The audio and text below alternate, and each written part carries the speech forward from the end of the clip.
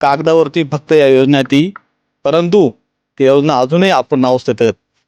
सुस्ताडासारखा झोपलेला पाणी पुरवठा मंत्री गुलाबराव पाटील हे अजूनही झोपेचे सोंग घेऊन गप्प येते. आदिवासी माणूस पाण्या वाचून मरतोय. पाणी पुरवठा मंत्री गुलाबराव पाटील यांनी तात्काळ दखल घ्यावी, अन्यथा सर्व आदिवासींना घेऊन आम्ही मंत्रालयात धडक मोर्चा काढू आणि गुलाबराव पाटलांच्या बंगल्यामध्ये हजारो महिला अंडे घेऊन हे आंदोलन करू. नमस्कार, मी किरण नाईक आणि तुम्ही बघत आहात लोकमत. राज्यभरामध्ये उन्हाच्या झळा आता मोठ्या वाढू लागलेल्या आहेत. मात्र त्या पाठोपाठ टंचाई सुरू झाली ती पाण्याची. नाशिक जिल्ह्याची परिस्थिती अत्यंत विदारक आहे. पेठ तालुक्यामधील जे बोरीचीवाडी गाव आहे त्या ठिकाणी तर महिला अक्षरशः विहिरीमध्ये उतरून जे आहे ते पाणी भरतायत.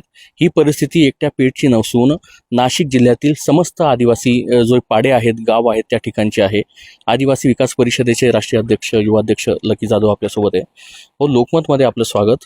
आदिवासी गावांचीच परिस्थिती म्हणजे ते रस्ते असो, पाणी असो, ही दरवेळेस अशी का खालावते?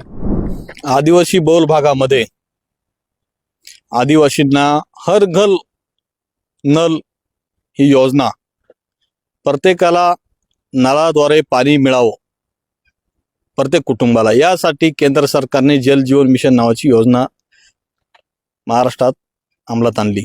परंतु या योजनेचे जे ठेकेदार आहेत हे राजकीय पक्षाचे पदाधिकारी आहेत. त्याच पदाधिकाऱ्यांनी हे ठेके घेतले आणि या कामाचे 3-13 वाजून कागदोपत्री बिलं काढले. हजारो कोटीचा भ्रष्टाचार या योजनेत झालेला आहे. कागदावरती फक्त या योजना ती, परंतु ती योजना अजूनही अपूर्ण अवस्थेत आहेत.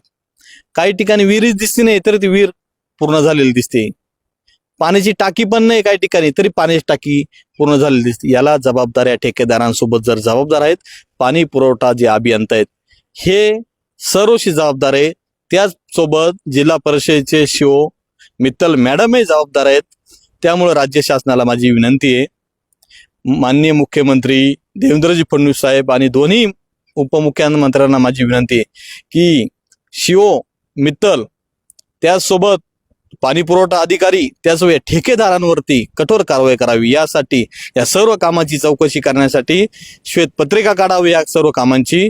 त्या माध्यमातून सर्व कामांची चौकशी होऊन या सगळ्यांवरती गुन्हे दाखल करून, कारण आदिवासींना ह्या योजनेपासून, ह्या योजनेच्या पाण्यापासून वंचित ठेवल्यामुळं यांच्यावरती तात्काळ गुन्हे दाखल करावे.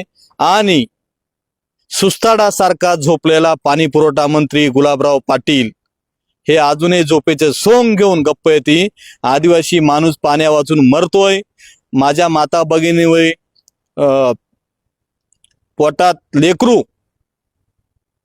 असून त्या विहिरीमध्ये उतरतात. आज त्या विहिरीमध्ये ती बाई जर खाली विहिरीमध्ये पडली तिचा मृत्यू होऊ शकतो. याला जबाबदार कोण?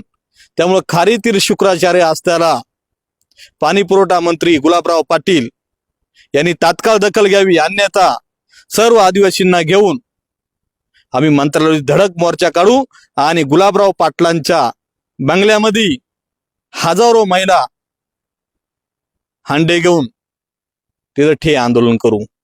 त्यामुळं माननीय मुख्यमंत्री महोदयांना माझी विनंती आहे की तुम्ही तात्काळ या घटनेची गंभीर दखल घ्यावी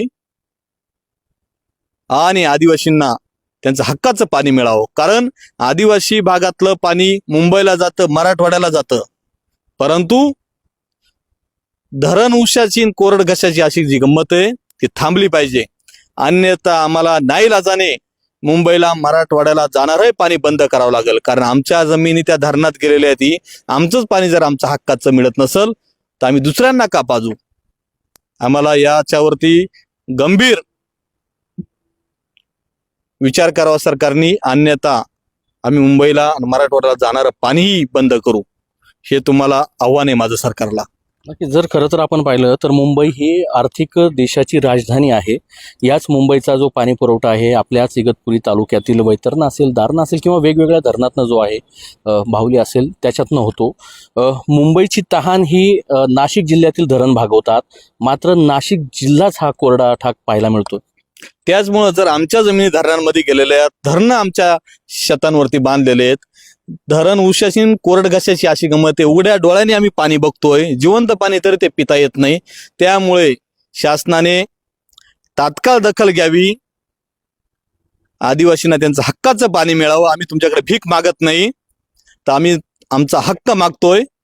माझ्या माता भगिनीच्या डोक्यावरचा हंडा उतरला पाहिजे आणि तात्काळ त्या कामांची श्वेतपत्रिका काढून तात्काळ अधिकाऱ्यांवरती ठेकेदारांवर गुन्हे दाखल करावे.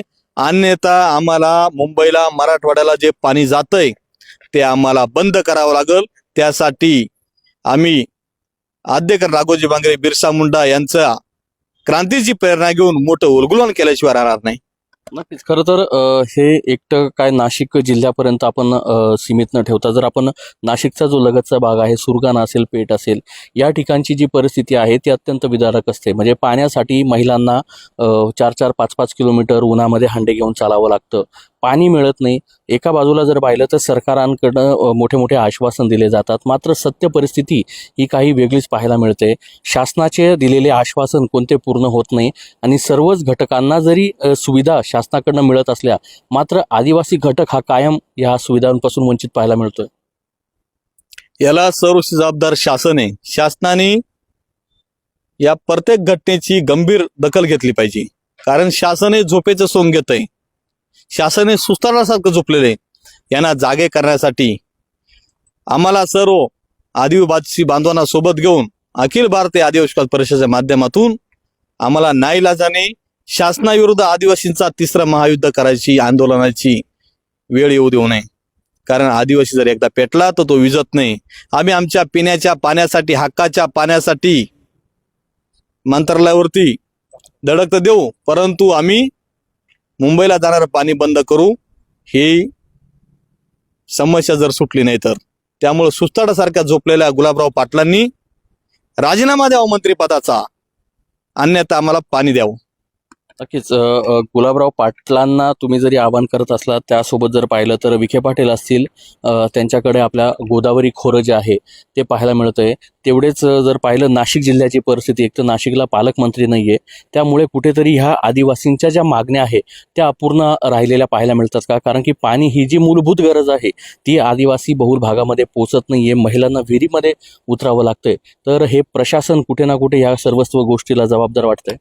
या सर्व गोष्टींना शासनच जबाबदार आहे. आज नाशिकला पालकमंत्री नाही, परंतु आमचे नाशिकचे पालकमंत्री, राज्याचे मुख्यमंत्री आदरणीय देवेंद्र फडणवीस साहेबच आहेत. सद्यस्थिती तेच आमचे पालकमंत्री आहेत. त्यामुळे त्या पालकमंत्र्यांनी हा समस्या गंभीर घेऊन ही सोडवण्यात यावी. आणि राहिलं, तुम्ही विखे पाटील यांनी सगळ्यांचे नावं घेतले, जे मंत्री आहेत हे सगळे आदिवासींच्या प्रश्न कानाडोळा करणारे मंत्री आहेत. यांना आदिवासींची काही घेणं देणं नाही. आदिवासी मेला जगला काही यांना काही घेणं देणं. फक्त इलेक्शन आलं, मतांची भीक मागण्यासाठी आदिवासींचे तळवे चाटणार असे हे लोक आहेत. त्यामुळं आता हे इथून पुढे आम्ही सहन करणार नाही. आमचं हक्काचं पाणी आम्हाला मिळावं. त्यामुळं आमचे राज्याचे मुख्यमंत्री आदरणीय देवेंद्र फडणवीस साहेब, तुम्हीच आमचे नाशिक जिल्ह्याचे पालकमंत्री असल्यामुळं आमच्या नाशिक जिल्ह्यातल्या सर्व आदिवासी भागातील पाणी टंचाईची समस्या सोडावी, त्यासोबत राज्यातील आदिवासी भागातील पाणी टंचाई समस्या सोडावी, ही तुम्हाला माझी विनंती आहे. भाऊ, एक शेवटचा प्रश्न. तुम्ही गुलाबराव पाटील यांच्या घरावर जाण्याचा अल्टिमेटम दिलेला आहे. साधारण कधीपर्यंत यांनी ज्या मागण्या आहेत तुमच्या त्या मान्य झाल्या नाही तर तुमचा मोर्चा हा त्यांच्या घरी असेल किंवा मंत्रालयापर्यंत तुम्ही जे जाणार आहात, पाण्याची मागणी कधीपर्यंत पूर्ण झाल्यानंतर किंवा त्यांच्याकडनं कोणतीही दखल न गेल्यावर कधीपर्यंत तुम्ही हा निर्णय घेणार? येत्या 2-3 दिवसांमध्ये जर गुलाबराव पाटला सुस्ताडासारख्या झोपलेला पाणी पुरवठा मंत्री गुलाबराव पाटलांनी झोपेतून जागं होऊन आदिवासींची पाणी प्रश्नाची टंचाई सोडवली नाही तर येत्या पुढच्या आठवड्याच्या कॅबिनेटच्या दिवशी गुलाबराव पाटलांच्या बंगल्यावरती आम्ही सर्व आदिवासी महिलांना रिकामे अंडे घेऊन तिथं तीव्र आंदोलन करू. नक्कीच. खरं तर राज्यातील परिस्थिती जरी वेगळी असली, मात्र नाशिक जिल्ह्यातील आदिवासी बहुल भागामध्ये पाण्याची मोठी टंचाई आहे आणि ज्या महिला आहेत त्या हंडाभर पाण्यासाठी त्यांना विहिरीत उतरावं लागतंय. सरकार आश्वासन देतं, मात्र त्याची पूर्तता होत नाही. जलजीवन मिशनचे कामं हाती घेतले जातात, नळ लावले जातात, मात्र त्या नळाला पाणी आदिवासी भागांमध्ये पाहायला मिळत नाही.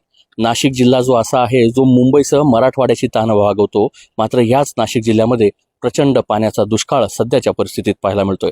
त्यामुळे लवकरात लवकर सरकारने जागरूक होऊन आदिवासी बहुल भागामध्ये पाणी टंचाईचा जो मार्ग आहे तो लवकर सुखकर करावा अशी माफक अपेक्षा आदिवासी बांधव करू लागलेले आहेत.